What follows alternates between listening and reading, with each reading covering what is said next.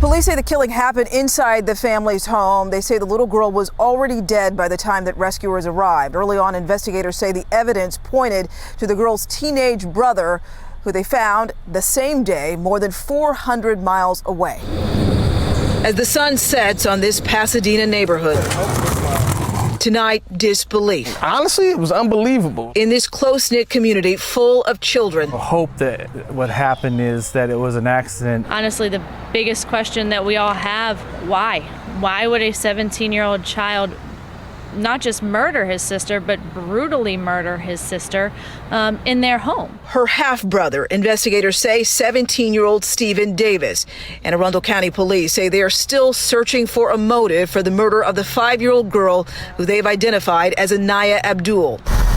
Saturday morning, officers swarming the home where the little girl's body was discovered, killed by what detectives would only say was a sharp force trauma. It could be anything sharp. It could be a knife. It could be a sword. It could be a screwdriver. Investigators say evidence in the home led them to the girl's half-brother, who also lives there.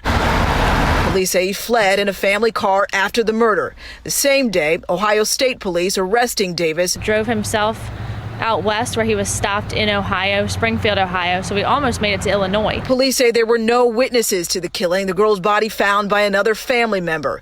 Neighbors say a family that was new to this neighborhood and what's described as a horrific scene. It was heartbreaking. Neighbors, especially first responders, having a hard time trying to cope. A very hard time dealing with what they witnessed and then what they had to process. The 17-year-old suspect, Stephen Davis, is still awaiting extradition back here from Ohio. Police say he is charged as an adult with first-degree murder here in Anne Arundel County. Despite a global pandemic and efforts to reform the Baltimore Police Department, the city saw more murders in September of this year than it did last. On average, at least one person a day died at the hands of a killer. A cool autumn breeze blows ever so gently down Montpelier Street. A breeze that fills the air with more than a chill. I've lived here for 62 years. Neighborhood has changed dramatically in 62 years. Kevin Chapman grew up in Northeast Baltimore. It used to be when I was younger, I would walk around the neighborhood and stuff like that. But like I say, now that I'm older, I don't do that anymore. Because Chapman knows what can happen on these streets. Chapman says staying at home is his best bet. Safer at home. As September comes to an end, the city of Baltimore has already seen 250 people killed this year. 31 of those homicides happened in September, and no other district saw more than the one where Kevin Chapman lives, in the Northeast. Oh, the young man right over here just got killed. A 14-year-old gunned down, who police say was also carrying a gun. All they know is boom, boom, boom, boom. But they didn't care if they hurt you, kill you, or what. Mitchell Briggs has lived here even longer than Chapman. Because I was around here all my life, almost ever since I was 19 years old. I'm 75 now. Life in a neighborhood that in September was ranked this city's deadliest. Oh, Lord, I don't know, baby. I be praying, Lord, slow them down. See, Jesus, why? Taking a life you can't give. An analysis of the police department's data shows 31 people were killed in September, 8 in the Northeast, 7 in the Southwest. Police districts in West, East, South, and North Baltimore each saw half as many homicides as the Northeastern, while districts in Central, Northwest, and Southeast Baltimore saw not a single killing. For Mitchell Briggs and Kevin Chapman, there is no escaping the violence. It surrounds them. Clifton Park Terrace. Yeah, I heard about that. Gorsuch. 2 Street over. Polk Street. Polk Street is right down here. These are deadly shootings. Good now. Good now, it's down there off St. Clair Lane. East 28th Street. That's up there. Locations where lives were lost in a city on pace to seeing its 6th straight year of more than 300 homicides. For Briggs, this all hits too close to home and triggers a tragic past filled with pain. I had a son got killed in 06. Mitchell the Jr. I don't want to talk about it because I cry. My baby. And they say, his son got killed in the store. I couldn't believe it.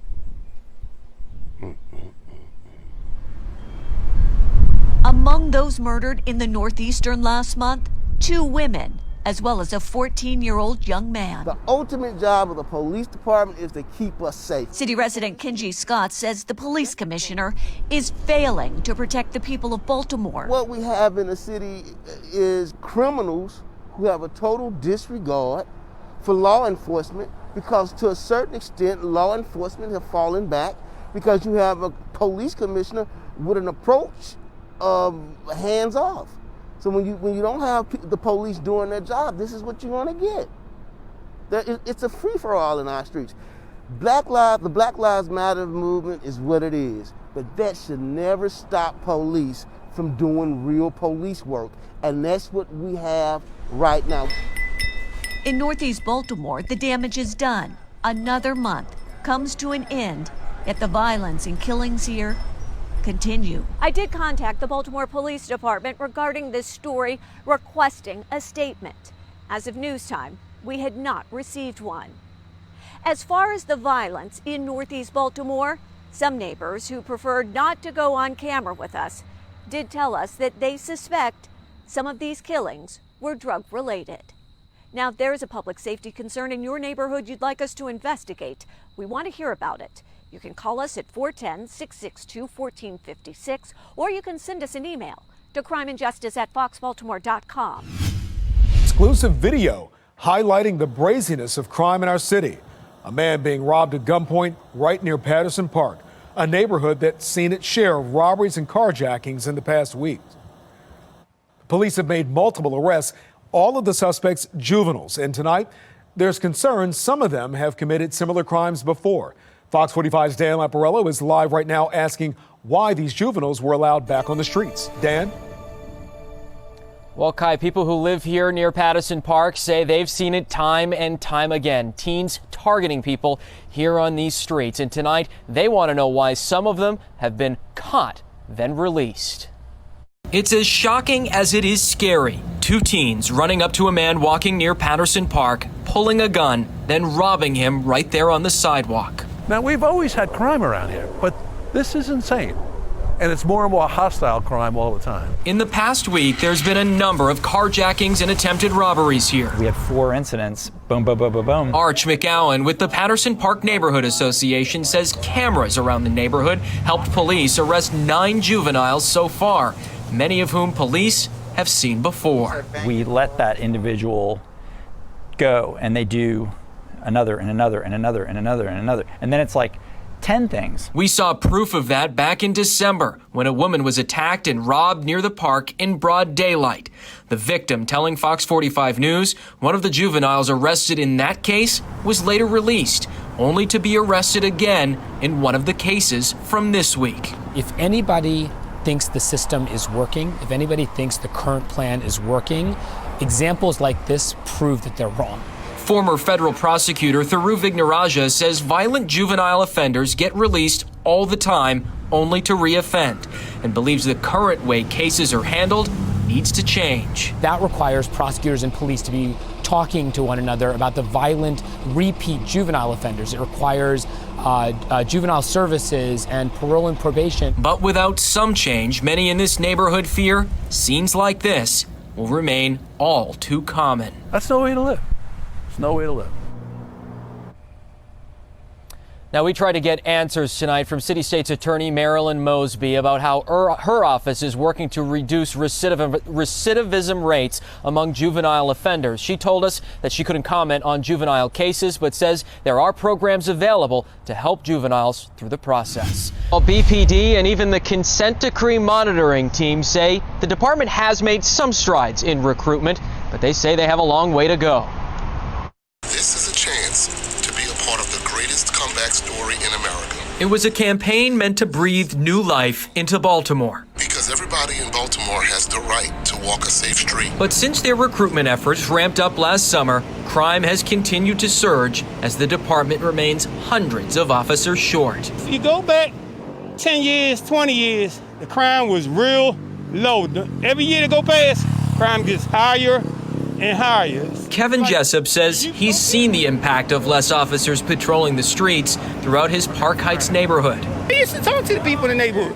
they don't do it no more. Don't nobody know who the cops are these days. More community engagement and beefing up staffing have long been the goals under BPD's consent decree. But in a new progress report, the monitoring team wrote it couldn't give a full grade for recruitment because it still needs improvement. Staffing hasn't increased the way everyone would have wanted. Former BPD Deputy Commissioner Jason Johnson says the department has made some strides, but they don't seem to be catching on. And that is frustrating because it's not as if they're not putting forth any effort. It's just it's not effective. Baltimore Police tell Fox 45 it's hired 160 officers so far this year, which is more than the total number of officers hired all of last year, saying in a statement, "The data is encouraging, and we are working to build on these successes going forward." But as the department remains about 350 officers short, it remains unclear how long it will take until BPD's comeback becomes a reality. Now, the monitoring team says BPD can attract more officers and even keep them here if they upgrade more of their technology, more investment, but that's going to cost money. And the department and the city have already footed millions of dollars for reform efforts already.